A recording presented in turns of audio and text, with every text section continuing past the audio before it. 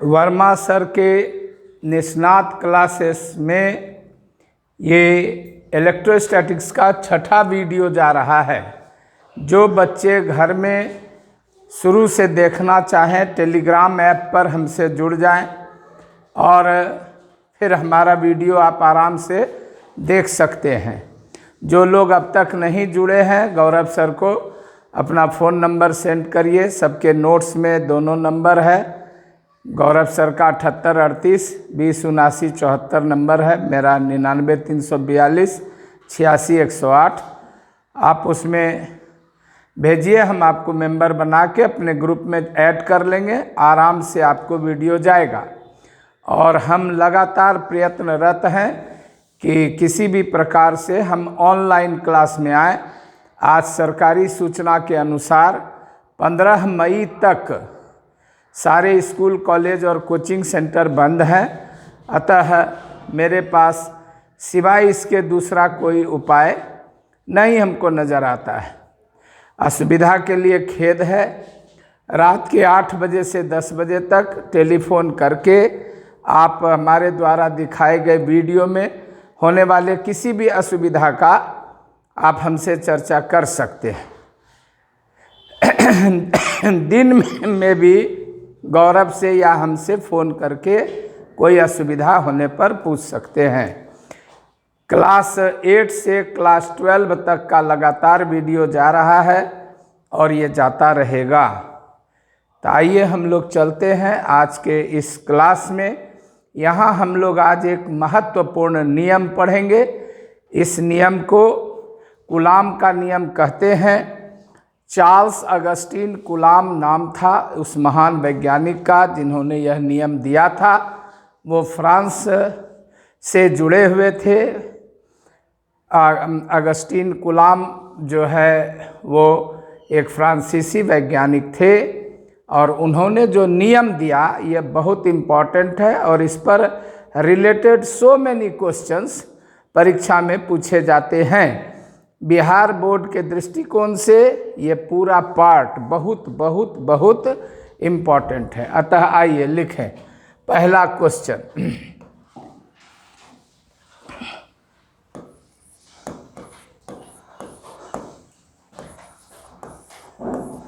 Coulomb को इस तरह लिखें, डरे मत। इनकी अंग्रेजी ये होती है स्पेलिंग। हाँ, मेरे दृष्टिकोण से ये ज़्यादा अच्छा है। तो कूलाम का नियम लिखें। आंसर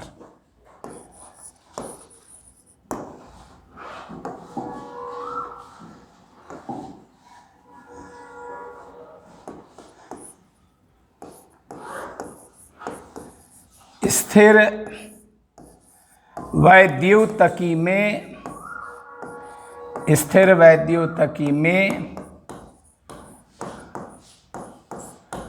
कूलाम का नियम निम्नलिखित है।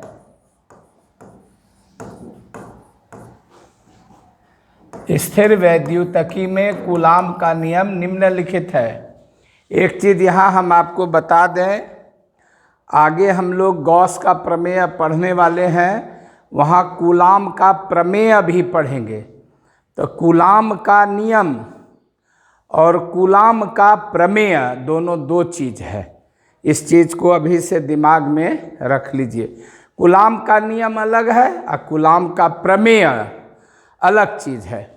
तो स्थिर वैद्युतिकी में कूलाम का नियम निम्नलिखित है और जो किसी वैज्ञानिक का नियम होता है उसके मूल स्वरूप को याद करना पड़ता है, इन्वर्टेड कॉमा में लिखना पड़ता है और वही हम लिख रहे हैं। किन्हीं दो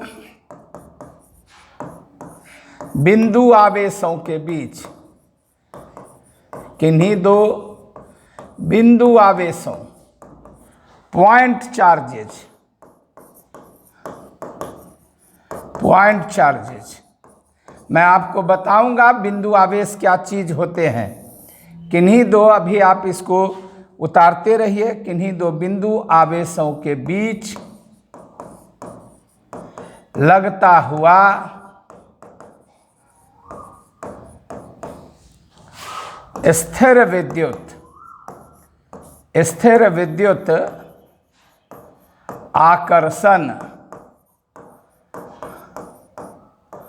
आकर्षण या विकर्षण बल। कुछ लोग मूर्धन्य न पर रेफ देते हैं, आप बढ़िए बचिएगा, उसको आकर्षण हो जाता है, विकर्षण हो जाता है, इसलिए मूर्धन्य 100 पर रेफ दीजिएगा। स्थिर विद्युत आकर्षण या विकर्षण बल आवेशों के गुणनफल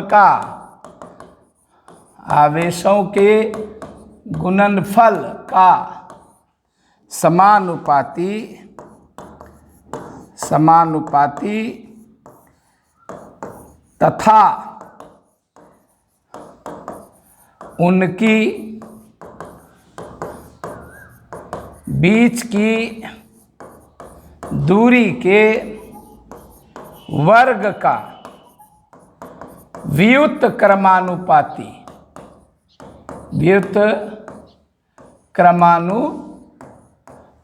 समानुपाती तथा उनके बीच की दूरी के वर्ग का व्युत्क्रमानुपाती होता है।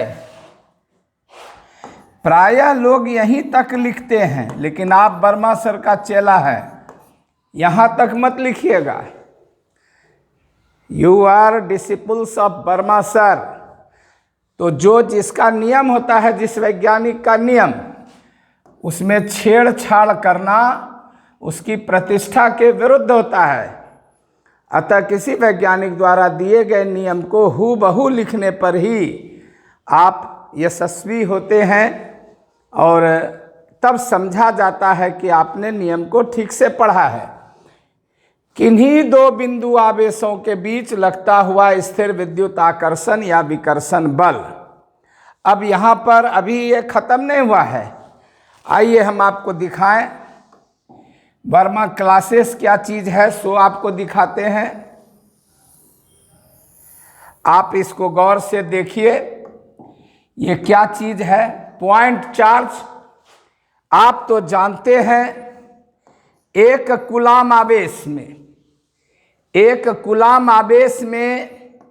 6.25 गुना 10 पर पावर 18 इतना प्रोटॉन या इलेक्ट्रॉन होता है। तो क्या यह संख्या बड़ी छोटी संख्या है? क्या यह संख्या एक छोटी संख्या है? यह तो बहुत बड़ी संख्या है साहेब, महासंख्य के आसपास की संख्या है। 625 पर, चूंकि डेसिमल के बाद 2 अंक हैं, तो 2 शून्य घटाकर 16 शून्य इस पर दीजिए। 4, 5, 6, 7, 8, 9, 10, 11, 12, 13, 14, 15, 16 और गिनना शुरू करिए।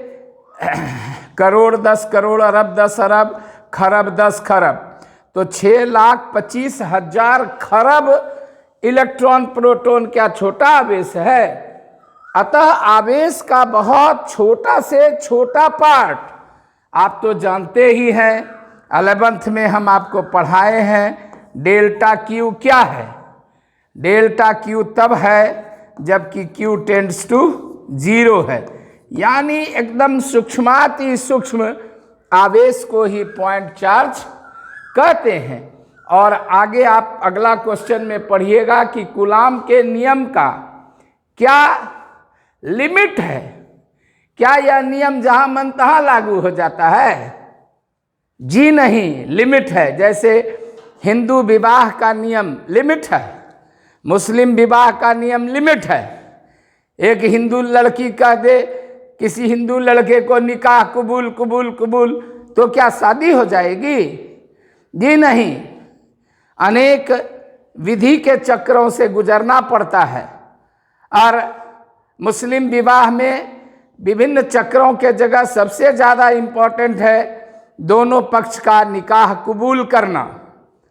इसी तरह ईसाई विवाह में केवल गॉडफादर के समीप जाकर यह कह देना कि I accept Mary to keep her as my good wife, और उसने कह दिया I accept John to find myself as her wife, हो गया शादी। वो उजला कपड़ा पहन के शादी करते, हम लोग लाल कपड़ा पहन के शादी करते हैं।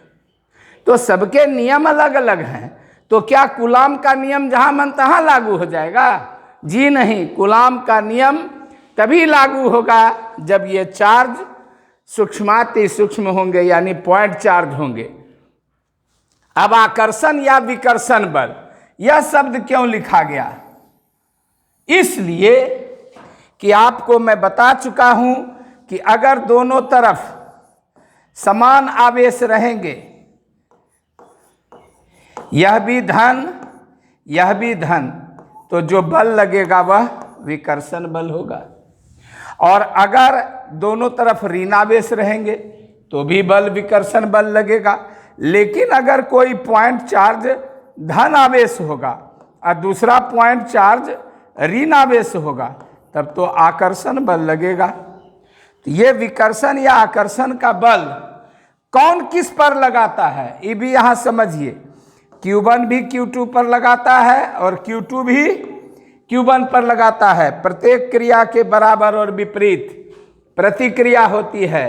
इसलिए क्वेश्चन अभी तक तो यहाँ नहीं आया है बिहार बोर्ड में, लेकिन CBSE में पूछा जाता है कि कूलाम के नियम का क्या रेलिवेंस है, what is relevance of coulombs law with Newton's third law of motion.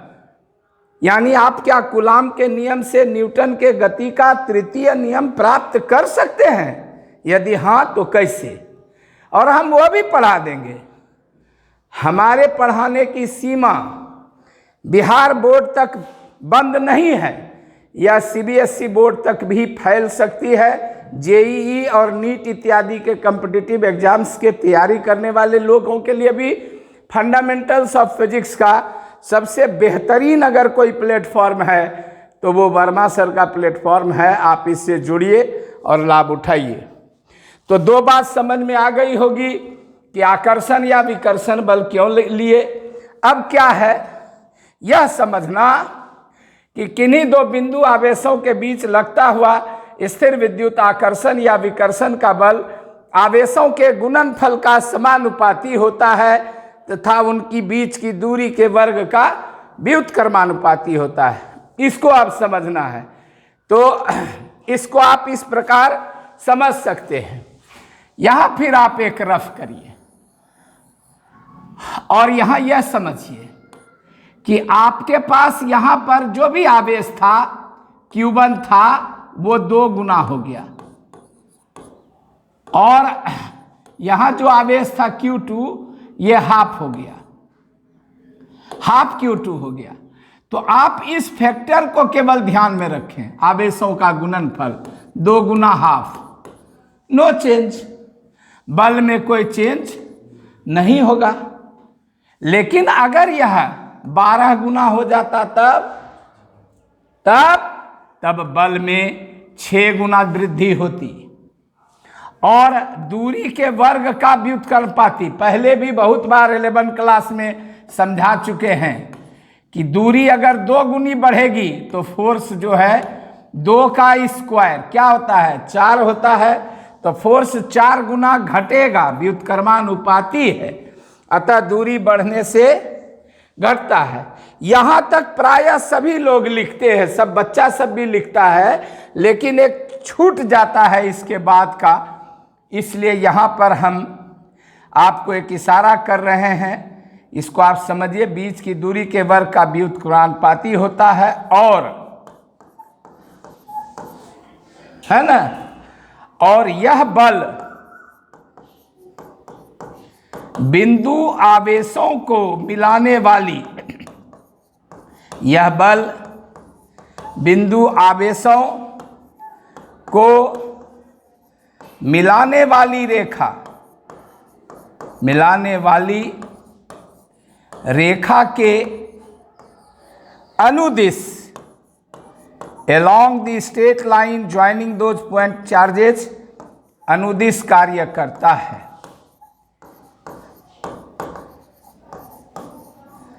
और यह बल बिंदु आवेशों को मिलाने वाली रेखा के अनुदिश कार्य करता है। क्लियर? तो किन्हीं दो बिंदु आवेशों के बीच लगता हुआ स्थिर विद्युत आकर्षण या विकर्षण बल आवेशों के गुणनफल का समानुपाती तथा उनकी बीच की दूरी के वर्ग का व्युत्क्रमानुपाती होता है, और यह बल बिंदु आवेशों को मिलाने वाली रेखा के अनुदिश कार्य करता है। यहां आकर यह नियम खत्म होता है। ये पूरा लिखिएगा तो 1 नंबर मिलेगा। अभी आपको 2 में 2 नंबर नहीं आया है। अब आप यहां से लिखिएगा गणितीय रूप में।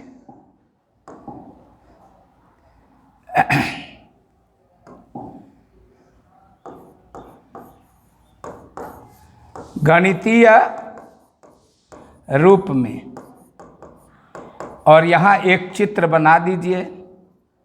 ये पॉइंट चार्ज Q1 दिखा दीजिए, ये पॉइंट चार्ज Q2 दिखा दीजिए, बीच की दूरी R दिखा दीजिए और एक फोर्स दिखा दीजिए। ठीक है? तो गणितीय रूप में F समानुपाती Q1 इंटू Q2, जबकि R स्थिर है, जबकि R स्थिर है, और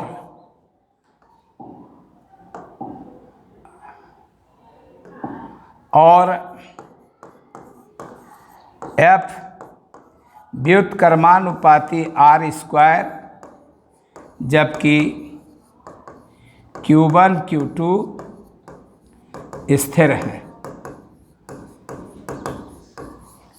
ये सारी बातें पहले भी हम आपको बता चुके हैं कि इसको क्यों स्थिर किया जाता है, क्योंकि जब चार्ज का इफेक्ट देख रहे हैं तो दूरी का नहीं देखें, और ज्वाइंटली देखना है तो संयुक्त रूप से क्या होगा। आप ही बताइए संयुक्त रूप से क्या होगा। तो संयुक्त रूप से ये होगा कि F समानुपाती Q1 Q2 बटे R स्क्वायर, ये दोनों का प्रोडक्ट हो जाता है। क्योंकि आपको हम पहले भी बता चुके हैं, यदि A समानुपाती B हो, A समानुपाती C हो, तो A समानुपाती B गुना C होता है। यानी LHS में अगर एक ही चीज़ हो, RHS में अलग अलग हो, तो उसके गुणनफल का समानुपाती होता है। इसलिए F बराबर K गुना Q1 Q2 बटे R स्क्वायर। यहाँ K एक समानुपाती नियतांक है, K एक समानुपाती नियतांक है। इसका मान आवेशों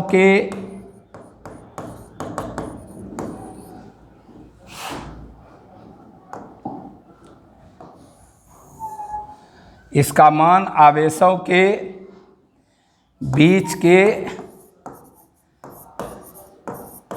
माध्यम के गुण पर निर्भर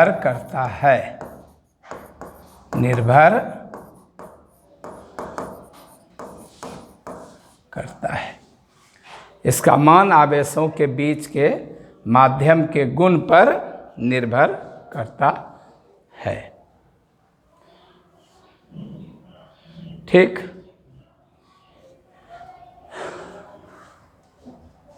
अब आपको बता दें, आदि काल में यानी प्रारंभिक काल में जब ESU और EMU यूनिट अलग अलग परिभाषित थे। इलेक्ट्रोस्टैटिक यूनिट और इलेक्ट्रोमैग्नेटिक यूनिट अलग अलग परिभाषित थे। उस समय के का मान स्वैच्छिक रूप से 1 रखा जाता था। उस समय वैज्ञानिकों को यह पता नहीं था कि विद्युत में और चुंबक में बहुत गहरा संबंध है। ये वैज्ञानिक को पता नहीं था। इलेक्ट्रोस्टैटिक यूनिट में कुछ ऐसे यूनिट थे जो आप हमारे ऑब्जेक्टिव टाइप सीरीज में देखिएगा। आपको हम यहाँ दिखाएं कैसे कैसे यूनिट थे। ESU यूनिट जो थे, विद्युत चुंबकीय यूनिट, उसमें था एब कूलाम।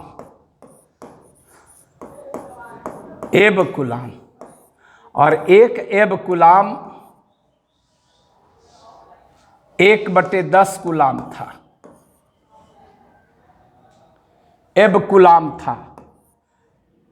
स्टैट कूलाम था। स्टैट कूलाम एक स्टैट कूलाम 1/3 गुना 10⁻⁻⁹ कूलाम था।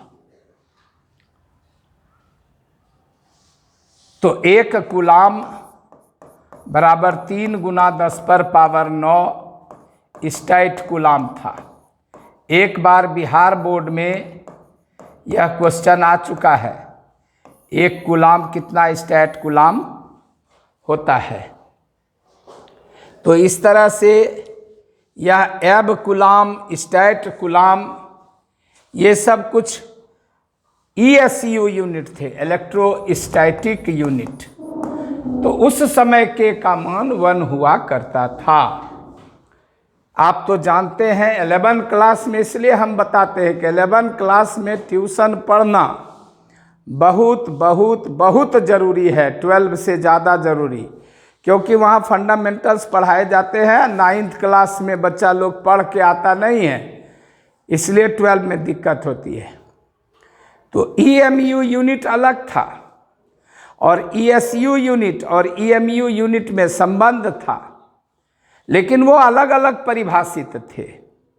उसको एक प्लेटफॉर्म पर लाया गया, इसी को परिमेयीकरण कहते हैं। और जब मात्रकों का परिमेयीकरण हुआ तब SI सिस्टम बना, और जब SI सिस्टम बना तो ये जो है एक नए पद के रूप में परिभाषित हुआ, जिसे परावैद्युतता, परावैद्युतांक, यही के को परावैद्युतता, परावैद्युतांक, विद्युतशीलता इत्यादि नाम से जाना जाता है। जैसे माय को मम्मी, अम्मी, माँ इत्यादि विभिन्न नामों से हम लोग जानते हैं, उसी तरह इसको भी विभिन्न नामों से जानते हैं। तो ये दोनों जो EMU इलेक्ट्रोमैग्नेटिक यूनिट और ESU, ये दोनों को परस्पर जोड़ने वाली पद्धति हुई SI पद्धति। तो यहाँ के बाद लिखेंगे SI पद्धति में K बराबर 1/4 पाई एप्सिलॉन होता है। देखिए, इसको सेट थ्योरी में बिलोंग्स टू पढ़ते हैं, का सदस्य है। 12 क्लास में सेट थ्योरी आप पढ़ते होंगे। सेट थ्योरी 12 या 11 मैथ में है। इसको बिलोंग्स टू पढ़ते हैं, का सदस्य है, का सदस्य है। लेकिन यहाँ इसको एप्सिलॉन पढ़ते हैं, एप्सिलॉन, एप्सिलॉन पढ़ते हैं लोग। Epsilon, epsilon, epsilon, epsilon, epsilon इत्यादि विभिन्न नामों से इसका उच्चारण करते हैं। आप उस पर ध्यान न दें कृपया। तो SI पद्धति में K बराबर इतना होता है, 1/4 पाई एप्सिलॉन। एप्सिलॉन को माध्यम की, एप्सिलॉन को माध्यम की विद्युतशीलता, विद्युतशीलता या परावैद्युतता है ना, या परावैद्युतांक,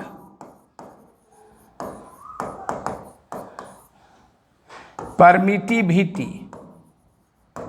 परमिटिविटी। और ये जो परावैद्युतांक है ये अलग चीज है, ये है डाई इलेक्ट्रिक कांस्टेंट।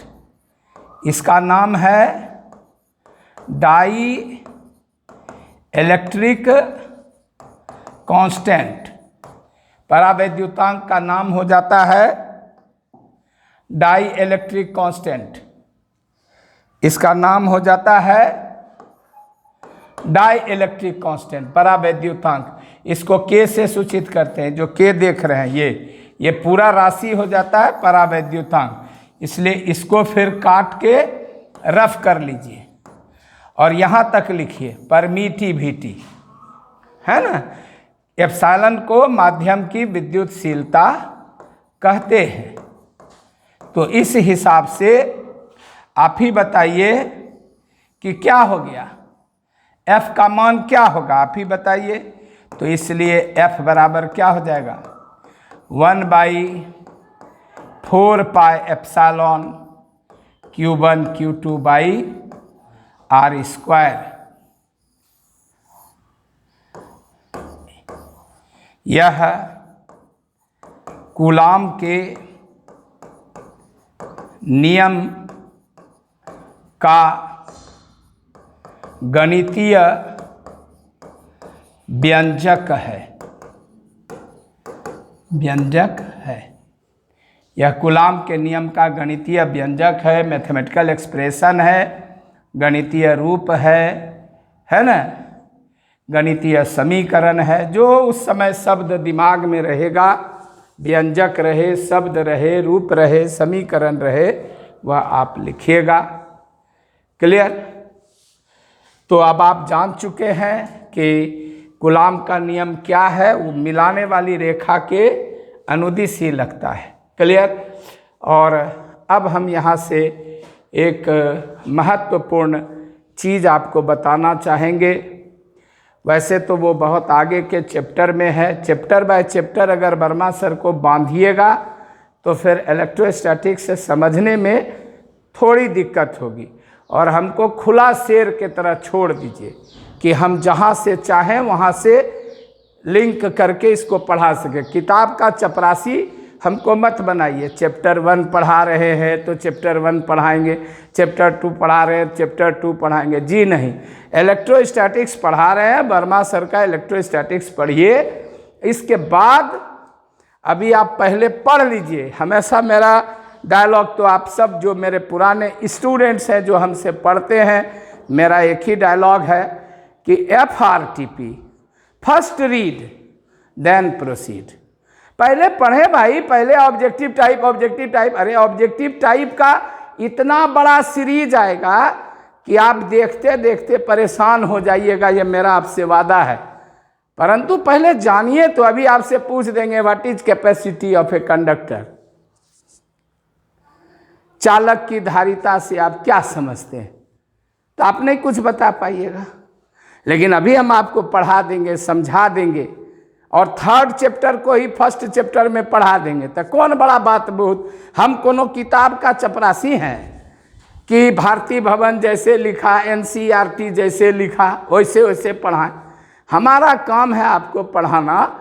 और आप हमसे मेरा रिक्वेस्ट है कि मेरे पढ़ाए गए चीज़ को अगर आप नहीं समझते हैं तो काइंडली, रेस्पेक्टफुल्ली आप डिनाई करिए। आप सब लोग लिखिए ना उसमें हाथ को नीचे करता हुआ, डिक्लाइन करिए ना कि नहीं बुझली हूँ, तो समझेंगे। साहब इतना बढ़िया से पढ़ा रहे हैं कि अंगूर का एक गुच्छा लिए तो उसमें 1 अंगूर है, और उसका 1 टुकड़ा लिए तो उसमें 1 अंगूर है। अब अंगूर को चूसे, बिच्चा वाला अंगूर खाए हैं कभी? मुंह में गया है एगो बिच्चा करका ऐसा बड़का अंगूर में? नहीं गया है तो बाजार में जाके खरीद के खाइए, फल खाइए, स्वस्थ रहिए। तो वो जो बीज हुआ उसका एक छोटा सा, कहिएगा नारंगी नहीं खाए हैं, तो 1 नारंगी लिए, उसमें से 1 फाँक 2 फाँक निकलता है, ज्ञान एक फाग निकलता है, अब उसका पेट चिरिए, भोटी चिरिए, उस भोटी में से एगो दूगो बिच्चा निकलता है, उसमें एगो दूगो रेशा निकलता है, उस रेशा का एक छोटा सा टुकड़ा लीजिए, तो न हुआ पॉइंट चार्ज, और उसी को मिलाने वाली रेखा के अनुदिश लगता है, चाहे विकर्षण लगे चाहे आकर्षण, जिधर मन तिधर। मान लीजिए कि कोई कहेगा क्या कि ये लड़का, हाँ ये पॉइंट चार्ज है, हाँ है, ये भी पॉइंट चार्ज है, हाँ है, तो इसका मान 10 कूलम है, कहिए मार के मुंह फुला देंगे। 10 कूलम कहीं पॉइंट चार्ज होता है? 1 कूलम में तो उतना उतना आवेश होता है। बोलो ना तुम सब बढ़िया से बोलो, 1 नैनो कूलम, 1 पीको कूलम, ये सब हुआ छोटा चार्ज। कम से कम माइक्रो तक जाओ यार, कम से कम माइक्रो कूलम तक जाओ, जो 10 पर पावर -6 कूलम होता है। ये भी बहुत छोटा नहीं है, बहुत छोटा तो पॉइंट चार्ज। तो क्या जो मान लिया जाए कि ये प्लस चार्ज है, ये माइनस चार्ज है, तो आकर्षण बल किधर लगेगा? इस लाइन पर लगेगा, लाइन नंबर 1 पर, नहीं नहीं ऐसे लगेगा, लाइन नंबर 2 पर, नहीं नहीं ऐसे लगेगा, लाइन नंबर 3 पर, नहीं नहीं ऐसे ऐसे लगेगा, नहीं नहीं ऐसे ऐसे लगेगा, जैसे मन तैसे लगेगा जी नहीं, मिलाने वाली रेखा के अनुदिश लगता है। यही है इसका महत्व, इसको समझिए। खाली नहीं कि बस, हम आपको पहले भी बोले थे कि मुंगेर में डीजे कॉलेज में एक प्रोफेसर है राम यतन ठाकुर, RYT के नाम से पूरा इंडिया उनको जानता है। पटना यूनिवर्सिटी के एक प्रोफेसर हुए जो बाद में IIT गए, HC वर्मा। उनकी किताबों में लिखा हुआ है, हम नहीं लिखे हैं, कि 100 क्वेश्चन पढ़ने से अच्छा है 1 प्रश्न पढ़ें, परंतु अच्छा से समझ कर पढ़ें, समझ कर पढ़ें। आप क्या पढ़ रहे हैं? कूलम का नियम क्या है, यही ना पढ़ रहे हैं, कूलम का नियम। तो नियम लिखे। इसमें महत्वपूर्ण बात क्या है कि स्थिर वैद्युतकी में कूलम का नियम ही तो कुछ नहीं है, किन्हीं 2 बिंदु आवेश हो। तो बिंदु आवेश क्या है समझ गए अब आप? क्लियर? के बीच लगता हुआ आकर्षण या विकर्षण बल। तो आकर्षण या विकर्षण बल क्यों हुआ वो भी समझ गए आप। उनकी गुणनफल का, आवेशों के गुणनफल का समानुपाती, समानुपाती का अर्थ आप जानते हैं, एक बढ़ेगा तो दूसरा बढ़ेगा, और बीच की दूरी के वर्ग का व्युत्क्रमानुपाती होता है। तो 2 नियम इसमें घुसा हुआ है, एक आवेशों के गुणनफल का समानुपाती पहला नियम, और दूसरा बीच की दूरी के वर्ग का व्युत्क्रमानुपाती दूसरा नियम। ये 2 नियम घुसा हुआ, ये भी आपको समझा दिए। ये 10 गुना बढ़ेगा, ये 5 गुना बढ़ेगा, तो फोर्स जो है 50 गुना बढ़ेगा। और ऑब्जेक्टिव टाइप में ऐसा ढेर सारा क्वेश्चन हम लोग करेंगे। और अगर यह 10 गुना बढ़ेगा तो ये 100 गुना घटेगा, ये 10 गुना घटेगा तो ये 100 गुना बढ़ेगा। स्क्वायर पर चल रहा है, तो 10 का स्क्वायर 10 दूनी 20 नहीं है होता है, 10 का स्क्वायर 100 होता है, ये 5 गुना बढ़ेगा तो ये 25 गुना घटेगा। अब आइए यह समझने का चेष्टा करते हैं कि यहाँ के एक समानुपाती नियतांक है। तो 11th क्लास में हम आपको बता चुके हैं समानुपाती नियतांक कहाँ से आता है। समानुपाती के इसमें अजैया विजया का कहानी आपको फिर एक बार बतला दें। कुछ नए लोग मेरा वीडियो देख रहे हैं। अजय और विजय वर्मा सर के 2 पुत्र हैं, अजय और विजय। विजय छोटा बेटा है जो गौरव के नाम से इस शहर में जाना जाता है, और अजय बड़ा बेटा है जो सौरभ के नाम से दिल्ली में काम करता है। यह बेटा वर्मा सर के साथ रहता है, रात दिन सेवा करता है। कुछ चांडाल लोगों के कारण वर्मा सर के संपत्ति का बंटवारा होने लगा। सौरभ और गौरव लड़ने लगे। वर्मा सर ने कहा कि बेटा दोनों मेरा चेला हो, अजय विजय। वर्मा सर उसका निक नेम रखे हैं अजय विजय। अजय मने जिसको कोई जीत नहीं सके, विजय मने जो हमेशा जीतता रहे। तो दोनों का नाम तो बढ़िया है, सौरभ और गौरव। एक तरफ यह सुगंधित है तो दूसरे तरफ वह मान बढ़ाता है। वर्मा सर ने कहा कि बेटा हमरा ये हमरे साथ रहता है, कोरोना तोरोना हो जाएगा, मर जाएंगे, ऑक्सीजन सिलेंडर का इंतजाम क्या करेगा? तुम तो जब तक आओगे दिल्ली से तब तक यहाँ सियावर रामचंद्र की जय लपेट लुपेट करके बरारी में सुहाहा हो जाएंगे। इसलिए बेटा बंटवारा जब होगा तो A/B 1/2 होगा। यानी अगर हमरे पास 10 लाख रुपया है तो उस 10 लाख रुपया को 3 भाग में बांटेंगे और 1 भाग तुमको देंगे, 2 भाग तुमको। सौरभ बोला हाँ 10 लाख रुपया, आपके पास 30 लाख है तो ठीक है, इधर 10 लाख मिलेगा, उधर 20 लाख। तुमको अगर 3 कमरा मिला तो गौरब्बा को 6 कमरा मिलेगा, उसको पढ़ाना भी पड़ता है, हॉल तोल सब उसको देना होगा। तुम तो दिल्ली में रहता है, कभी कभी आएगा, झाड़ू लगाएगा कि नहीं लगाएगा। तो आप क्या देख रहे हैं कि अगर यह 3 गुना बढ़ा तो ये भी 3 गुना बढ़ा। वर्मा सर को 30 बीघा जमीन था तो 10 बीघा सौरभ को मिला और 20 बीघा इसको मिला। तो अगर यह 10 गुना बढ़ा तो ये भी तो 10 गुना बढ़ा। लेकिन 1/2 क्या आया? इसका अनुपात, इसका अनुपात क्या आया? 3/6। तो कट के तो फिर 1/2। और इसका अनुपात क्या आया? 10/20 तो 1/2। तो अगर A समानुपाती B हो तो A/B बराबर क्या आता है? नियतांक। इसलिए समानुपाती के चिन्ह को हटाते हैं तो क्या देते हैं? एक नियतांक। अब जिस समय साइंस डेवलप नहीं किया था तो जिसको जो मन था वो कर रहा था। आप नहीं देखे थे 2 हाथ का 1 गज, 3 फुट बराबर 1 गज, 12 इंच बराबर 1 फुट, इतना बड़ा एगो लोहा का टुकड़ा रख दिया 1 पाउंड हो गया। कोई परिभाषा नहीं, कुछ कहीं नहीं। तो उस समय ये स्वच्छ था, तो इसका मान गणितीय रूप से 1 मान लिया जाता था। लेकिन वैज्ञानिक क्या देखा? हेरे हाँ एगो बड़का चीज देख लियो। की देख लो हो चाचा? जैसे मान लीजिए आवेश रखा हुआ है Q1 Q2 हवा में, विद्युत विकर्षण बल लग रहा है, दोनों धनावेश है।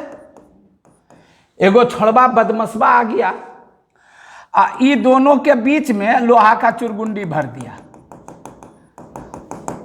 बल नहीं लग रहा है। अब आवेश के बीच कोई बल नहीं लग रहा है, बल 0 हो गया। कार्य के लो गजब हो गलो नुनू, के लो ये तो बल खत्म हो गलो। लोहा का बुरादा रख दिया, तांबा का बुरादा रख दिया, कोई भी चालक से इस बीच के भाग को भर दिया। देखा कि विद्युत बल घट के 0 हो गया। कार्य इसका मतलब है कि माध्यम के गुण पर निर्भर करता है। कृपया वीडियो देखने वाले इसे अदरवाइज न लें। लड़के और लड़कियां सब मेरे नज़र में पोते पोतियों बेटे बेटियों के समान हैं। लेकिन एक सिंपल सा उदाहरण देते हैं। इस कोरोना संकट में रेस्टोरेंट में खाना बंद हो गया है। आप अपने घर पर खाना मंगाए हैं। आप एक विवाहित पुरुष हैं, मेरे जैसा बड़ा बूढ़ा आदमी। और कोरोना के संकट से बचने के लिए उस दिन गर्मी बहुत है, ठंडी ठंडी हवा चल रही है। आप खिड़की खोलकर और जो आया है रेस्टोरेंट से सुंदर सुंदर शाही चिकन आप खाने बैठे और लेग पीस खा रहे हैं। खिड़की खुली हुई है, सामने हवा है। चूँकि आपके मकान के बगल से रास्ता गया हुआ है, पुलिस के डर से एक बेचारी सुंदर लड़की खिड़की के सामने आकर रुक जाती है। आपके खाने की दर वही रहेगी, बढ़ जाएगी या घट जाएगी, रात भर सोचते रहिए। तो माध्यम में जैसे ही कोई नया चीज इंटरफेयर कर गया, कहीं आप बंबई के किसी शहर में हैं और आपका सौभाग्य बढ़िया है कि जो लड़की सामने खड़ी है वह बारिश में भींगी हुई ऐश्वर्या राय है। तो आप ही बताइए कि आप जल्दी मुर्गा समेट लीजिएगा या देर लगेगा। ये क्वेश्चन आप एकांत में अपने से पूछिएगा तो जवाब मिल जाएगा कि माध्यम का गुण क्या चीज है। माध्यम बदल गया तो विद्युत बल बदल गया। आपको जानना चाहिए कि यहां पानी भर देंगे तो विद्युत बल 80 गुना 81 गुना कम हो जाएगा। यहां अबरख भर देंगे तो विद्युत बल 6 गुना कम हो जाएगा। अलग अलग पदार्थ के लिए ये जो देख रहे हैं विद्युतशीलता का मान ये अलग अलग होता है। ये क्या चीज है? तो ये माध्यम का गुण है। इसलिए इसको माध्यम की परमिटिविटी, परमिशन एक शब्द है, परमिशन। आपका हाथ साहब मुर्गा के लेग पीस में रह जाएगा, वाइफ उधर से बोलेगी क्या हुआ वर्मा सर? ना कुछ नहीं, थोड़ा सा रेसा फंस गया, रेसा फंस गया है, और खिड़की का पर्दा खींच देगी तो धक्का-धक मुर्गा खाने लगिएगा वाइफ के डर से। तो जब वर्मा सर जैसा 62-63 वर्ष का आदमी माध्यम के बदलने से विचलित हो सकता है तो इन बिंदु आवेशों का क्या औकात है? आप खुद सोचिए कि कूलाम का नियम आपको समझ में आया या नहीं आया। और अगर आ गया तो अब हम लोग इससे आगे के प्रश्न पर बढ़ेंगे। चलिए चलें, आप लोग चल उड़ जा रहे पक्षी कि अब ये देश हुआ बेगाना। आइए शॉर्ट क्वेश्चन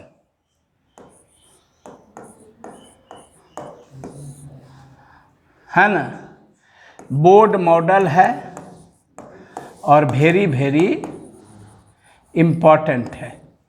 क्वेश्चन है विद्युत शीलता, विद्युतशीलता यानी परमिटिविटी, परमिटिविटी क्या है?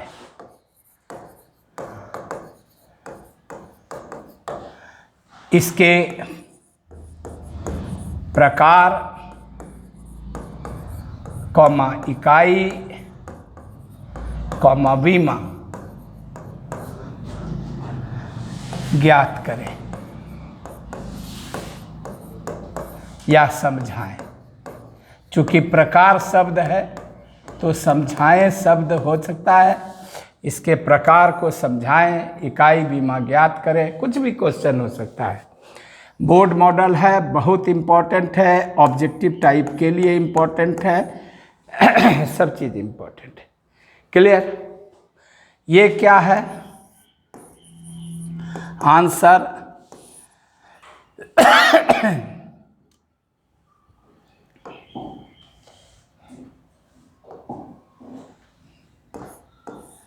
विद्युत शीलता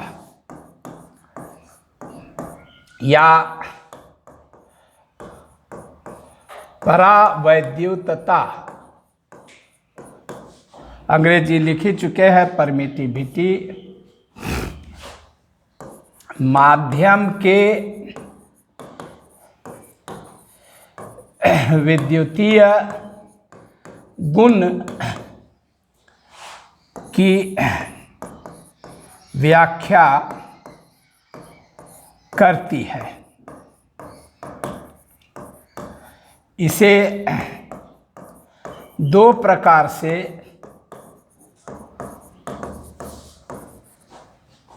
व्यक्त किया जाता है।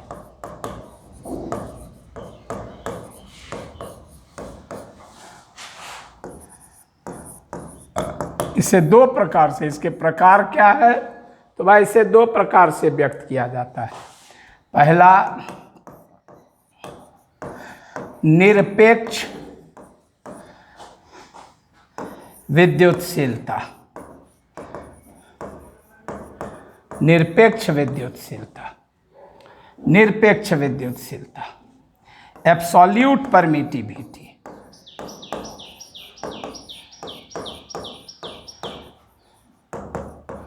Absolute permittivity. दूसरा आपेक्षिक विद्युतशीलता, और पहले भी निरपेक्ष और आपेक्षिक शब्द का अर्थ हम समझा चुके हैं। भौजी वाला उदाहरण आपको याद ही होगा कि भाभी की लंबाई तो आप नाप सकते हैं, उनका वज़न भी आप नाप सकते हैं। भाभी की लंबाई, उनका वज़न, ये सब नाप सकते हैं। यहाँ तक कि कम्प्लेक्शन मीटर पढ़ा चुके हैं, उनकी गोराई भी माप सकते हैं। लेकिन भाभी का स्वभाव कैसा है,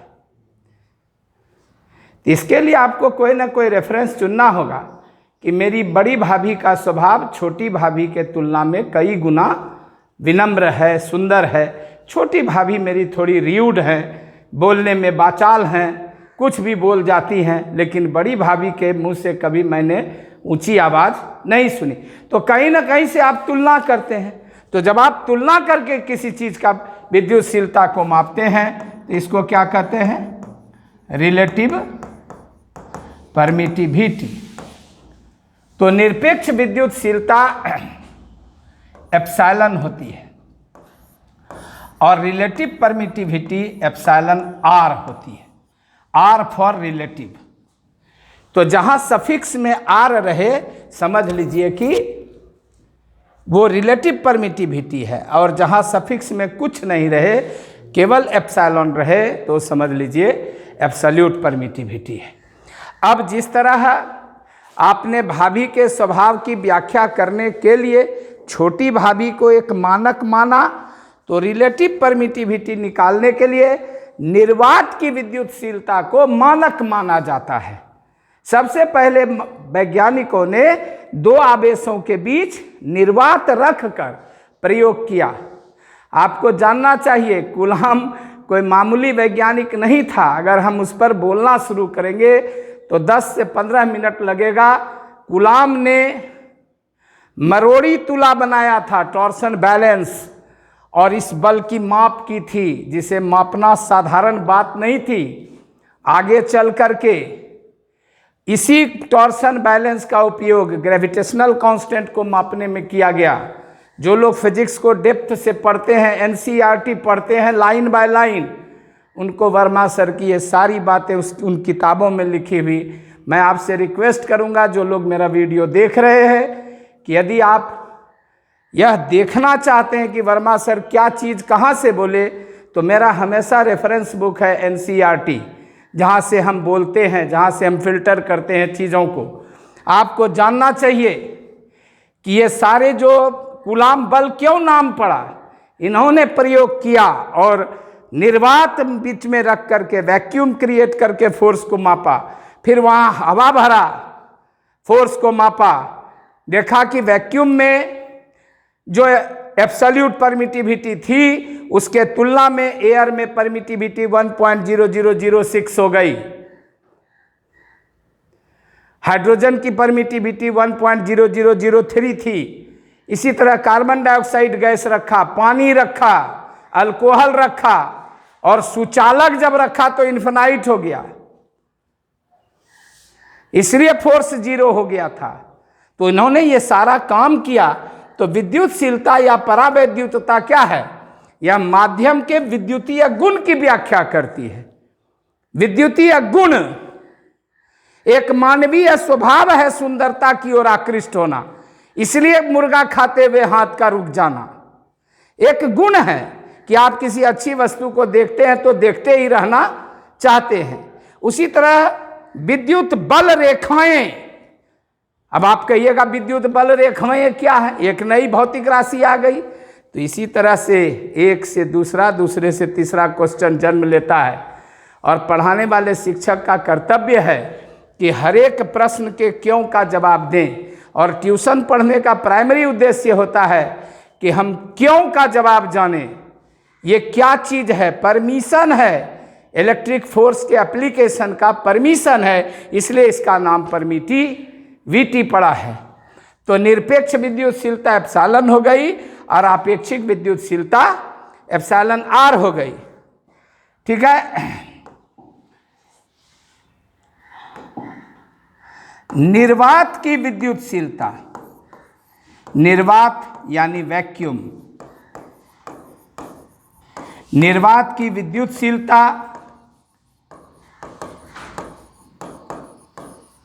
एप्सिलॉन नॉट को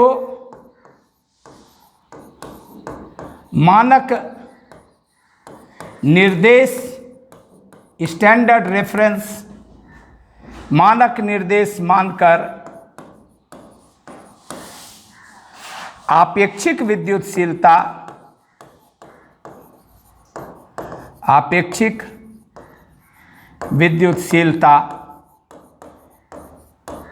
एप्सिलॉन आर बराबर एप्सिलॉन बाई एप्सिलॉन नॉट। इसको एप्सिलॉन जीरो भी कुछ लोग बोलचाल में पढ़ते हैं, पढ़ने दीजिए। आप एप्सिलॉन नॉट पढ़िएगा। और ये NOT नॉट नहीं है, ये लैटिन भाषा का नॉट है, NAUGST, जो कि आपको बताता है नॉट माने वॉइड, नल, जीरो। लेकिन याद रखें ये NOT नॉट नहीं है। इसको जो पढ़ते हैं, कभी कहीं किसी बड़े कॉलेज में आप प्रोफेसर बन जाइए और कुछ लोग पूछें तो आप जवाब दे सकिए। खास करके इस इलाके सुल्तानगंज और आसपास के जो 10, 20, 25, 50, 100 गांव हैं, जहां के बच्चे मेरे पास खरिया, पिपरा, अमैया, बैजलपुर इत्यादि, पुरुषोत्तमपुर और चोरगांव और उधाडी और नोनसर इत्यादि के विद्यार्थी आते हैं। शाहाबाद, गंगटी, मिरहट्टी इत्यादि, नारायणपुर, तरेटा इत्यादि के जो विद्यार्थी आते हैं, आप माइंड नहीं कीजिएगा, मैंने मेरे दिमाग में सारे गांव और सभी बच्चे आप लोग बटे हुए हैं। हमारा हमेशा उद्देश्य है कि कल आप अगर एक साइंस का टीचर भी बनिए तो आपको हमेशा महसूस हो कि हमने वर्मा सर के यहाँ फिजिक्स पढ़ा था, इधर उधर नहीं पढ़ा था। इसलिए हमारा ज्ञान बहुत गंभीर है, गहरा है। हाँ, तो फिर epsilon r by epsilon zero परिभाषित की गई है। और जहाँ तक इकाई और बीमा का सवाल है, ये हम लोग नेक्स्ट वीडियो में देखेंगे। धन्यवाद।